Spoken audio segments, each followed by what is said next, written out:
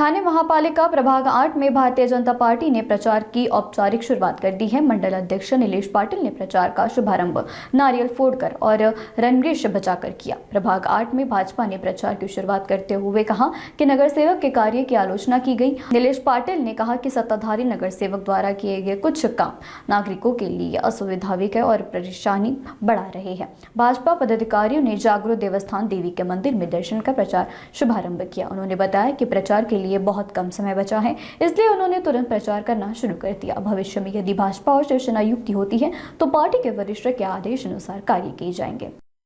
जर आपण या वेळेसची निवडणुकीची प्रक्रिया पाहिली तर उमेदवारांसमोर फार कमी वेळ हा निवडणूक आयोगाने दिलेला आहे। आज जर आपण पाहिलं तर मोजून 9 ते 10 दिवस फक्त प्रचारासाठी भेटत आहेत आणि या कमी वेळामध्ये सर्व मतदारांपर्यंत पोहोचण्याचा आव्हान आम्हा सर्व उमेदवारांसमोर आहे। आज जर पाहिलं तर आम्ही हा प्रचार भारतीय जनता पार्टीच्या माध्यमातून करत आहोत। आज जरी उमेदवारी कोणाला घोषित नसेल झाली किंवा युती किंवा काय होतंय पुढचे याबद्दल कुठल्याही प्रकारची जरी क्लिअरन्स नसले तरी मतदारांपर्यंत पोहोचणं हा भारतीय जनता पार्टीचं लक्ष्य आहे आणि हे लक्ष्य घेऊनच आम्ही आज ह्या मैदानात उतरलेलो आहे आणि आज प्रचाराची सुरुवात करत आहोत। साहेब, यानंतर जर युती झाली तर कशा प्रकारे युती धर्म पाळला जाईल?